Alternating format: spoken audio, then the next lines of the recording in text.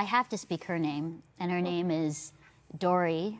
And my birth mother, who was so unknown, a teenager, pregnant, afraid for her life, and hides away.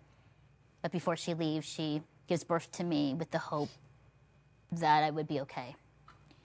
And then goes to southern Philippines as a farmer's wife and never known, living a hard life farming.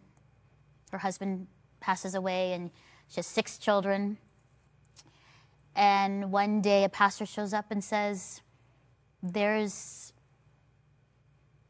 a young woman who wants to meet you. And I know it's been 30 years, but we have found you. And I think in that, and I've talked about this, but it makes me cry every time.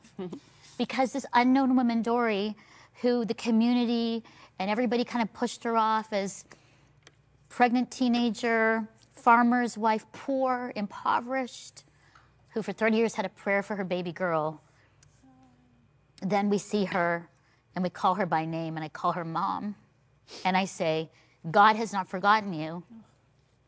He answered your prayer that your baby would be okay and would be alive and would have opportunity you couldn't give. And I'm telling you, this unknown woman speaking her name and knowing that God, for 30 years, she had no idea, would be able to hold me and hold my father.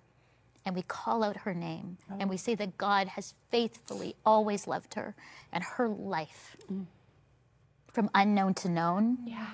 I've never seen it any more beautifully than that. Wow. And then to see a young woman who's no longer young, just her eyes light up and say, he was faithful.